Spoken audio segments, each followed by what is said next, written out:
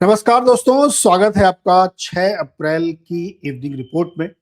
और बहुत ही बढ़िया दिन था आज का। तमाम धमकियों और बुरी खबरों के बीच मार्केट ने एक बहुत अच्छी रिकवरी दिखाई और वो बिल्कुल दिन के आखिरी हिस्से तक, जब क्लोजिंग हो रही थी, तब तक वो रिकवरी जारी रही।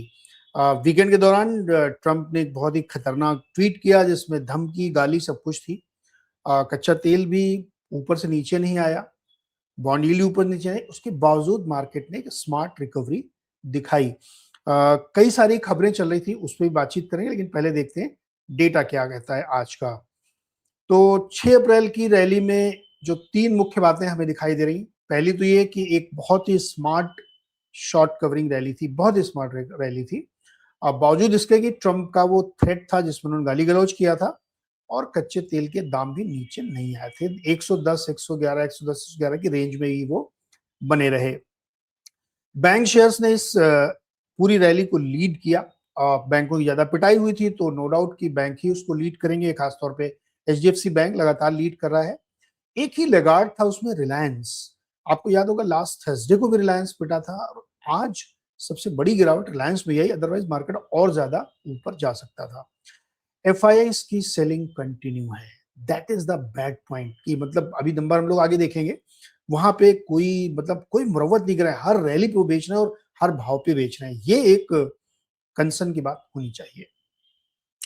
तो चलिए, ये है डेटा। करीब करीब 250 पॉइंट निफ्टी चला और 250 पॉइंट निफ्टी 500 एग्जैक्टली 255 पॉइंट दोनों चले, 1.25% के आसपास। और बैंक निफ्टी आप देखिए 2% से ज्यादा ऊपर बढ़ा और स्मॉल कैप और मिड कैप में 1.25% की रैली हुई। इंडिया विक्स बिल्कुल नीचे नहीं आया, 0.21% नीचे आया, जबकि मार्केट में इतनी बड़ी रैली बनी, लेकिन विक्स जो है हिला नहीं। तो ये भी एक थोड़ा सा पॉइंट है, इसको भी आगे डिस्कस करेंगे कि विक्स में कोई हरकत क्यों नहीं हो रही है। विक्स को नीचे आना चाहिए था, लेकिन विक्स बिल्कुल भी नीचे नहीं आया। वोलेटिलिटी इंडेक्स नीचे नहीं आया। ये आपके सामने निफ्टी का चार्ट है। मैंने इसका ट्रेंड अभी भी बेरिश रखा है। इंटरडे स्मार्ट रिकवरी आई है। ट्रेंड बेरिश इसलिए क्योंकि अभी भी ऐसे कोई बहुत बड़ा स्ट्रक्चरल चेंज नहीं हुआ है चार्ट के हिसाब से या खबरों के हिसाब से कि स्मार्ट रिकवरी आती हुई दिख रही है। और ये आपको डे हाई पे लगभग जाके बंद होता हुआ दिखा। क्यों हुआ, क्या हुआ ऐसा कि एकदम मार्केट में रिकवरी थी। बैंक निफ्टी के चार्ट भी आप देखिए तो ये है। अब इन दोनों चार्ट को कॉन्टेक्स्ट में रखते हुए चलिए हम पहले समझ लेते हैं कि ये रैली आई क्यों थी। वीकेंड के दौरान ट्रंप ने एक बहुत बुरा ट्वीट किया और 48 आवर्स और एकदम हम प्लान डे मसी और पता नहीं कौन सा दूसरा डे था, एक प्लान डे, एक हॉस्पिटल डे, वो एक ही साथ कर देंगे। फिर 2 बहुत खराब सी गालियां भी लिखी और 48 आवर्स का टाइम दिया। फिर एक नया ट्वीट आया, उसमें उन्होंने लिखा 8 AM ET, 8 PM ET, sorry 8 PM ET।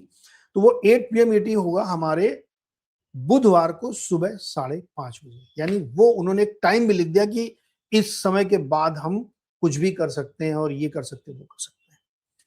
ये वीकेंड के दौरान की बातें थी आज की। लेकिन इसी बीच एक खबर मीडिया में बहुत प्रोमिनेंटली चल रही थी मार्केट आवर में। वो खबर ये चल रही थी कि पाकिस्तान ने एक मीडिएशन किया है और एक प्रपोजल ईरान की तरफ रखा गया है। मतलब उनको भेजा गया और ईरान ने उसको एक्सेप्ट भी कर लिया उस प्रपोजल को, लेकिन वो मानेंगे नहीं उसको, केवल उन्होंने लिया है। शर्तें क्या रखी जा रही हैं? ट्रंप ये कह रहे हैं कि इमीडिएटली हॉर्मुज को ओपन करो पूरी तरीके से। और पहली शर्त है कि हॉर्मुज को बिल्कुल ओपन करो, ये जो बमबारी इधर उधर हो रही ये बंद करो। और फिर सेकंड फेज में 15-20 दिन के अंदर हम लोग डिटेल में डिस्कस करेंगे। ये प्रपोजल पाकिस्तान ने दिया। उधर से जो बात निकल के आ रही, ये सब मीडिया की खबरें बॉस। ये मतलब कितनी सच है, कितनी झूठ है, कितनी प्लांट है, मुझे नहीं पता, लेकिन ये चल रही थी खबरें, इसलिए मैं प्लांट करूं। और रॉयटर्स नाम की एजेंसी ने इसको चलाया है। और आपने एक चीज गौर की होगी, अक्सर ड्यूरिंग मार्केट आवर ही ऐसी खबरें आती हैं। ट्रम्प भी बड़ा मार्केट देख के ट्वीट करते हैं। अब वो उन्होंने क्या और टाइम दिया कि बुधवार सुबह 5:30 बजे तक। अब ये क्या है यार, नाटक। लेकिन मतलब एक तरीके से मान लो कि मार्केट आवर के दौरान ही ये सब खेल हो रहा है। 9:15 से, जैसे महाभारत में क्या होता था, सूर्योदय और सूर्यास्त के बीच में युद्ध होता था और उसी बीच में युद्ध की खबरें होती थी। तो हमारे यहाँ भी सुबह 9:15 से 3:30 के बीच में ये सब खबरें आती। अब वो सब ठंडे पड़ गए कि क्या हो रहा है। तो पहला तो एक हॉर्मुज में तुरंत ओपन करो और फिर बाकी बातें 15 दिन तक करेंगे। दूसरी खबर ईरान साइड से आ रही कि हमको इस बात की गारंटी चाहिए कि जीरो स्ट्राइक होगी, भविष्य में कोई स्ट्राइक नहीं होगी, हम तब बात करेंगे, हम बात ही नहीं करेंगे इसके पहले। तो भैया उस प्रपोजल भेजने का फायदा क्या हुआ जब वो सामने वाला बात ही नहीं कर रहा है? क्योंकि दोनों की जो ऐसी शर्तें हैं कि पूरा हॉर्मुज खोल दो तब हम बात करेंगे, दूसरा कह रहा है कि आप गारंटी दो, लिख के दो कि अब फर्दर ऑनवर्ड्स कोई हमला नहीं होगा और लेट्स टॉक। इन खबरों के बीच में मार्केट में बढ़िया रिकवरी हुई। ये खबरें सच हैं झूठ है इसमें मुझे बिल्कुल नहीं पता, हो सकता है अंदर खाने में चल ही रहा हो, क्योंकि वॉर जोन में ऐसे ही होता है। अगर सचमुच ऐसा हो रहा तो I will be the happiest person, यार वॉर रुकना चाहिए, I don't want war, war कोई अच्छी चीज थोड़ी है। लेकिन ये पिछले एक महीने में इतनी बार ये सब चीजें हो चुका है, होता है फिर खंडन, होता है फिर खंडन।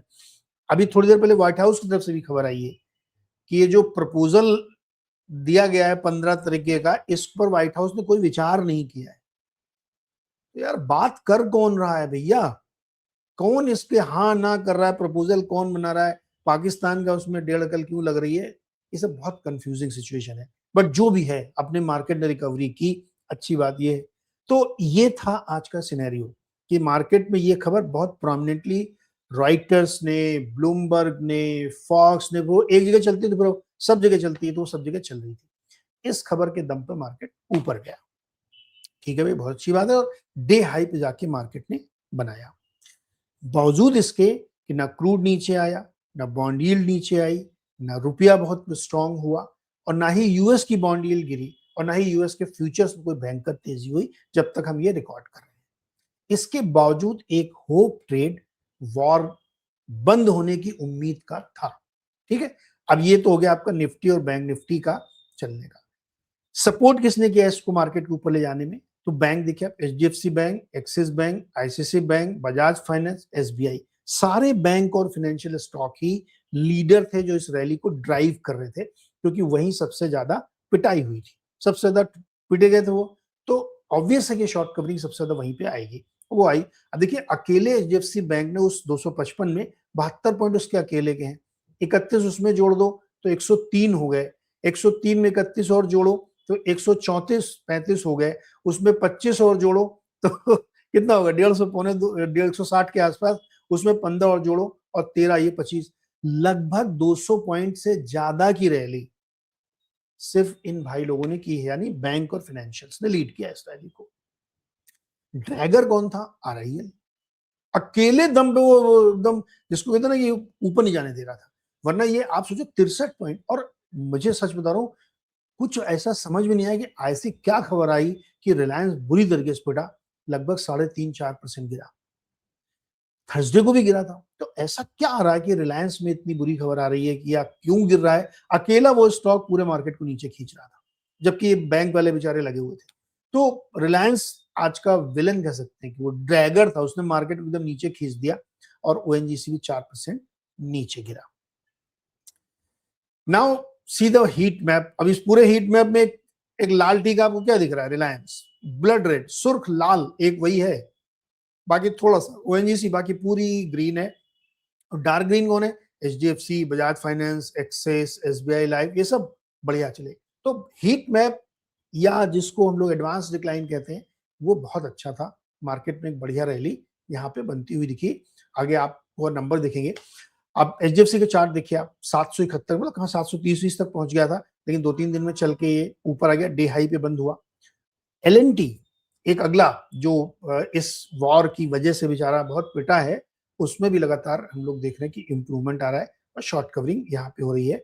और तीसरा ये देखो आप, रिलायंस, एक समय ये काफी ज्यादा गिर गया था, मतलब 4% से ऊपर की गिरावट थी इसमें, बाद में थोड़ा सा रिकवर हुआ, लेकिन स्टिल 3.5% कमजोरी के साथ 1304, मतलब 1400 चल रहा था, 2-3 दिन में 100 रुपए निकल गए इसमें से।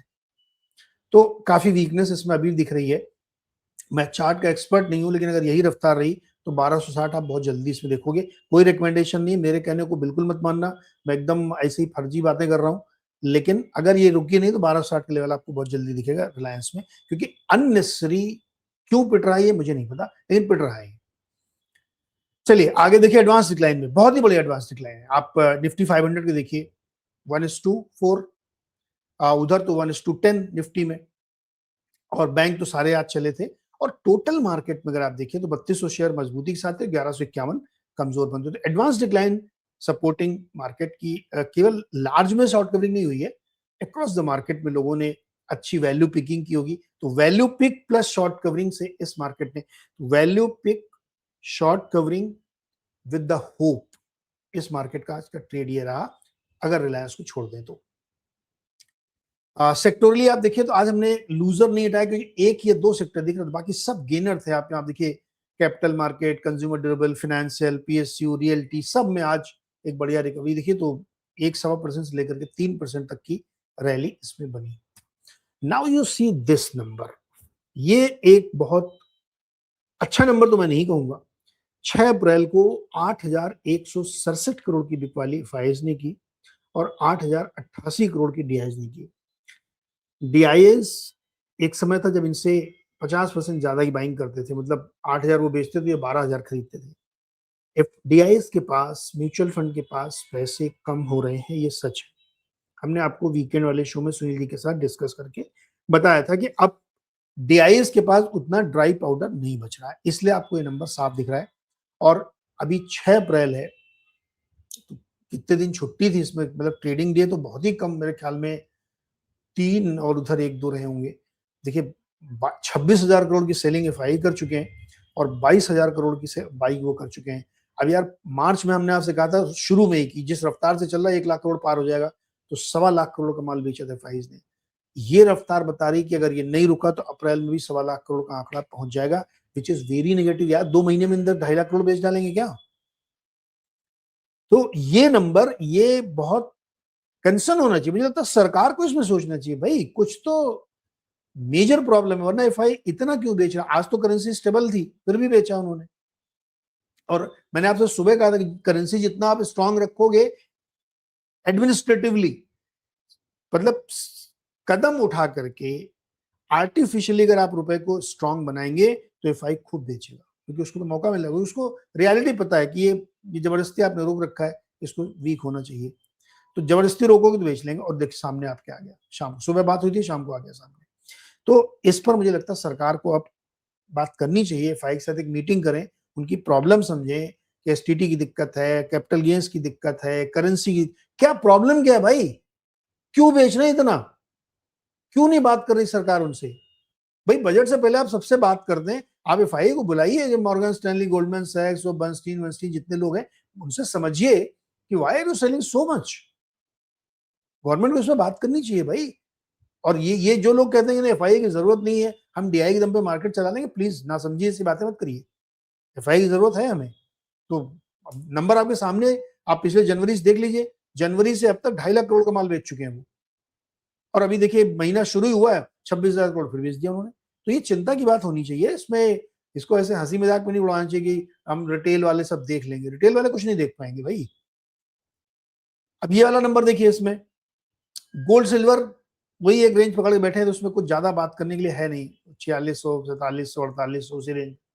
क्रूड देखिए कहाँ गिरा नीचे, 108, 111, 108, 111, सुबह से उसी रेंज में है। तो क्रूड को एक सस्ता नहीं हो गया कि जिससे मार्केट को सपोर्ट मिलता। और बॉन्ड यील्ड आप देखिए आपकी 7.11। बुधवार को क्रेडिट पॉलिसी है, आरबीआई साहब मल्होत्रा जी कुछ तो कमेंट्री सुनाएंगे हम लोगों को, देखते हैं क्या सुनना मिलता है। लेकिन बॉन्ड यील्ड 7% से ऊपर चल रही भाई, ये अच्छी बात थोड़ी है। और करेंसी 93 पे चल रही है। अरे भाई 95 तक ही तो गई थी यार, वहां से 2 बड़े कदम उठाए गए एनडीएफ पे और फॉरेक्स पे, तो 2 रुपए आपने रोक लिया उसको 2-4 दिन में। ऐसा थोड़ी वो 90 के नीचे आ गया। सो माई पॉइंट इज कि अगर इस पूरी बातचीत को हमें समराइज करूं कि आज का मार्केट कैसा था, तो बहुत ही अच्छी शॉर्ट कवरिंग हुई है, इसमें कोई डाउट नहीं है, और ये बहुत अच्छा संकेत है। और उसमें वैल्यू बाइंग भी हुई है, लोगों ने खरीदा होगा अपना जो जहां अच्छे, क्योंकि मिड कैप स्मॉल कैप में जो बाइंग दिख रही वो नो डाउट की डीआईएस की बाइंग होगी, और कुछ इंडिविजुअल ने भी खरीदा होगा। और मैसिवली शॉर्ट कवरिंग थी, नंबर 1। नंबर 2, ये जो बातचीत वाली खबरें चली थी, ये सच है झूठ मुझे नहीं पता, लेकिन इससे एक होप बनी। दूसरा पॉइंट, 2 बढ़िया पॉइंट थे जिससे मार्केट रैली कर गया। तीसरा जो नेगेटिव पॉइंट है वो एफआईआई का है और विक्स का नीचे ना आना। विक्स को कोलैप्स होना चाहिए था अगर इस तरह की रैली बननी तो। देखिए, इस रैली को बनने में और विक्स के ना कोलैप्स होने में क्या संबंध है? एक बहुत ही सिंपल सी चीज आप समझिए, मार्केट में अभी भी डर है, इसलिए विक्स ऊपर है। इसका नाम ये वॉलेटिलिटी इंडेक्स। तो वॉलेटिलिटी की उम्मीद पर कुछ फर्क नहीं पड़ा है, बावजूद इसके की शॉर्ट कवरिंग हुई है। तो ट्रेडर्स, इन्वेस्टर, मार्केट पार्टिसिपेंट के मन में अभी भी भयानक डर है, इसलिए विक्स नीचे नहीं आया, लेकिन मार्केट ऊपर गया। क्यों ऊपर गया वो हमने आपको बताया। तो पूरी तस्वीर ये बन रही है कि मार्केट एक शॉर्ट कवरिंग की रैली पे ऊपर जरूर गया है, लेकिन एफआई की जिस रफ्तार से बिकवाली चल रही है, डीआई उसको सपोर्ट नहीं कर पाएंगे, क्योंकि पैसे भी होने चाहिए। इस 10 तारीख के 11 तारीख के आसपास एमफी का डेटा आता है, हम लोग देखेंगे उसमें कितना पैसा इनके पास है, क्योंकि अपने कॉफर में उतने पैसे भी होने चाहिए सपोर्ट करने के लिए। तो नेट नेट तस्वीर ये बन रही है दोस्तों कि मार्केट बहुत, अभी भी एक भय का वातावरण है वहां पे, और मार्केट में थोड़ी सी आशंका तो हुई है, वॉर चल रहा है, क्या होगा पता नहीं है, लेकिन एक होप बिल्ड होती है हमेशा कि यार वॉर हो सकता है, पीक हो जाए, वॉर अब खत्म हो जाए, तो ऐसी कोई सिनेरियो चीजें बन सकती हैं। लेकिन नेट नेट ये है कि ये शॉर्ट कवरिंग की रैली थी। अब चूंकि ओवरनाइट बहुत सारे डेवलपमेंट हो जाते हैं, तो वो हम देखेंगे। और फिर बुधवार का दिन देखिए कितना इंपॉर्टेंट होगा। सुबह 5:30 बजे वो उनकी मियाद खत्म हो जाएगी अगर कुछ नहीं हुआ तो, और उसके बाद 10 बजे क्रेडिट पॉलिसी का अनाउंसमेंट होगा बुधवार को। तो बहुत हैपनिंग डे हो सकता है, पूरा वीक बहुत हैपनिंग होगा। इन्फ्लेशन नंबर आएंगे, यूएस के जीडीपी नंबर आएंगे, सब लोग सुबह डिस्कस कर चुके हैं। तो let's hope for the best. हम तो उम्मीद करते हैं कि वॉर खत्म हो जाए, सब कुछ ठीक ठाक हो जाए। तो इसको यही समाप्त करते हैं। चैनल को सब्सक्राइब कर लीजिए, परमानेंट लिख रखा है हमने कि देख लीजिए, याद कर लीजिए। और बहुत बहुत शुक्रिया, दोस्तों के साथ शेयर करिए, कमेंट करके हमको बताइए, और फिर हम लोग कल सुबह मिलेंगे 6:55 पे। तब तक के लिए धन्यवाद, शुक्रिया, एंजॉय करिए।